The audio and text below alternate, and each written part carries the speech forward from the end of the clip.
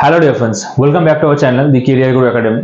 আগের দিন আমরা আলোচনা করেছিলাম এজেদারি সিস্টেম বা 5 সালা যে বন্দোবস্ত, সেটা নিয়ে আলোচনা করেছিলাম। আজকে আমরা আলোচনা করবো একটা ইম্পর্টেন্ট টপিক, সেটা হচ্ছে পার্মানেন্ট সেটেলমেন্ট সিস্টেম। ঠিক আছে, দেখো এই যে পার্মানেন্ট সেটেলমেন্ট সিস্টেম সেটা চালু হয় 1793 তে। কে চালু করেন? Lord Cornwallis. এটা তোমাদের এক্সামে আসতে পারে, কে চালু করে, এবং এরকম কোশ্চেন অনেকবার এসেছে। সেকেন্ড ব্যাপার, যেটা কোথায় কোথায় চালু হয়েছিল, তো মনে রাখবে বেঙ্গল, বিহার এবং ওড়িশার যে প্রভিন্স ছিল সেখানে চালু হয়েছিল। কিন্তু পরবর্তীকালে মাদ্রাস প্রভিন্স বা মাদ্রাস প্রেসিডেন্সি যেটা ছিল তার সাউথে এবং বারাণসীতেও কিন্তু এটা চালু করা হয়েছিল পরবর্তীকালে। ঠিক আছে, এবার দেখো এই যে পার্মানেন্ট লটা আমরা বুঝবো, তার আগে পার্মানেন্ট ল এর কিছু ফিচার্স এর মধ্যে একটা ল আছে, সেটা হচ্ছে সানসেট ল। পার্মানেন্ট সেটেলমেন্ট সিস্টেমের আন্ডার আছে। সেই সানসেট ল কি বলে, যে সানসেট লতে বলা হয় যে একটা নির্দিষ্ট দিনের সূর্যাস্ত হওয়ার আগে তোমাকে কি করতে হবে, যে ল্যান্ড ট্যাক্স ঠিক হয়েছে সেটাকে তোমাকে কি করতে হবে, ব্রিটিশ ইস্ট ইন্ডিয়া কোম্পানিকে দিতে হবে। তো সেটাই হচ্ছে সানসেট ল। সানসেট ল বলতে হচ্ছে কি, যে নির্দিষ্ট কোনো একটা দিনের সূর্যাস্তের আগে তোমাকে ল্যান্ড ট্যাক্স পে করতে হবে সেটা। ঠিক আছে, এবার দেখো এই যে পার্মানেন্ট সেটেলমেন্ট সিস্টেমটাকে বোঝার জন্য আমরা কি জানবো, যে এই যে তোমার ইয়েটা ট্রায়াঙ্গেলটা আমি আঁকছি, সেই ট্রায়াঙ্গেলে দেখো সর্বোচ্চ শিখরে আছে কি, ব্রিটিশ ইস্ট ইন্ডিয়া কোম্পানি। তার নিচে আছে জমিদাররা এবং তার নিচে আছে পিজেন্টরা। অর্থাৎ ট্যাক্স কালেকশন জমিদাররা করবে পিজেন্টদের কাছ থেকে এবং সেখান থেকে ব্রিটিশ ইস্ট ইন্ডিয়া কোম্পানি হিসেবে ট্রান্সফার করবে। এবং ব্রিটিশরা কি করবে, এখানে তোমার ম্যাক্সিমাম ট্যাক্স বা ম্যাক্সিমাম প্রফিট রাখবে। এই জিনিসটাকে আমরা বুঝবো। দেখো এখানে চলে এসো একবার, যে এই যে সিস্টেমটা, এই সিস্টেমটা দেখো এখানে বোঝো।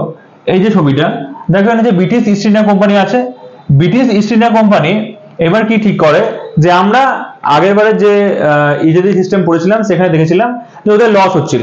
তো এবার ব্রিটিশ ঠিক করে কি, যে জমির শুধুমাত্র ট্যাক্স নিলে হবে না, জমির উপরেও কি কি করতে হবে, ইনভেস্ট করতে হবে। তো সেই জন্য তারা কি করে, যে জমিদারদেরকে ঠিক করে এবং জমিদারদেরকে কি বলা হয়, যে তোমরা কি করবে, ল্যান্ডের প্রোডাকশনের দায়িত্ব নাও। তো তোমরা ল্যান্ডের যে প্রোডাকশন হবে সেই প্রোডাকশনের ম্যাক্সিমাম প্রফিটটা আমাদেরকে দেবে এবং যেটা সারপ্লাস বাঁচবে তার কিছু পরিমাণ তুমি নিজের কাছে রাখবে এবং বাকিটা তুমি কি করবে, সারপ্লাসটা তুমি ল্যান্ডের যে ডেভেলপমেন্ট, ল্যান্ড ডেভেলপমেন্টের জন্য তুমি কি করবে, ইনভেস্ট করবে।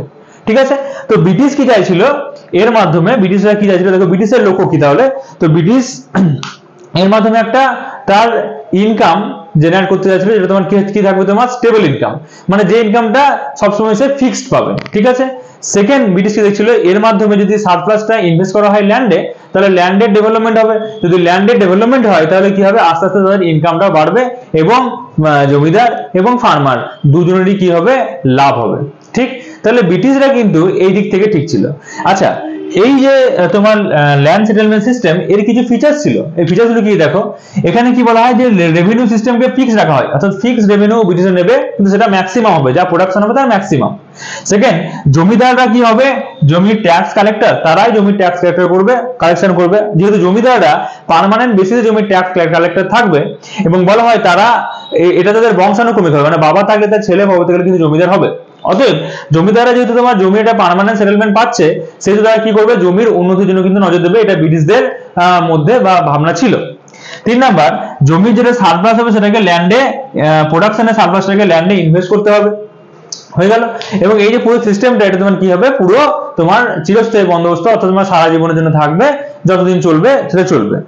ঠিক আছে, এবার ব্রিটিশদের তরফে যেটা তোমার এস্টিমেট করা হয়েছিল সেটা কিরকম ছিল, ব্রিটিশরা বলতে চাচ্ছিল যে যদি প্রোডাকশন ধরে নাও যে 150 হয় বা 150 কেজি টন যা ধরে নাও হয়, তাহলে ব্রিটিশরা ধরে নাও যে 100 টন তোমার কি মালপত্র ওখান থেকে জমিদারদের কাছ থেকে নেবে। জমিদাররা নিজেদের জন্য 30 রাখবে এবং কৃষকদেরকে 10 দেবে। তাহলে পড়ে থাকলো তোমার আরো 10, সেটা কি হবে, জমির ইনভেস্টমেন্টের জন্য কি করবে, ইউজ করা হবে সারপ্লাস জন্য। তাহলে জমির উন্নতি হবে।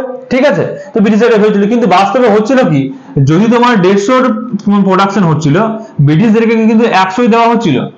জমিদাররা কি করছিল, 40 নিয়ে নিচ্ছিল এবং বাকি 10 ফার্মারদের দিচ্ছিল এবং তোমার ল্যান্ডের জন্য পড়ে থাকছিল 0।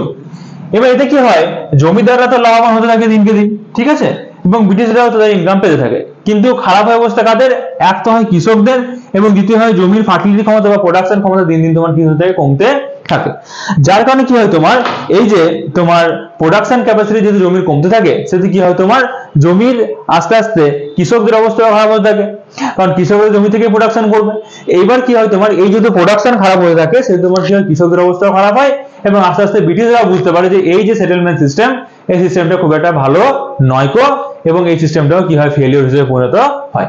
ঠিক আছে, তাহলে নেক্সট দিন আমরা আলোচনা করব রায়ত ওয়ারি সিস্টেম নিয়ে। ঠিক আছে, থ্যাংক ইউ।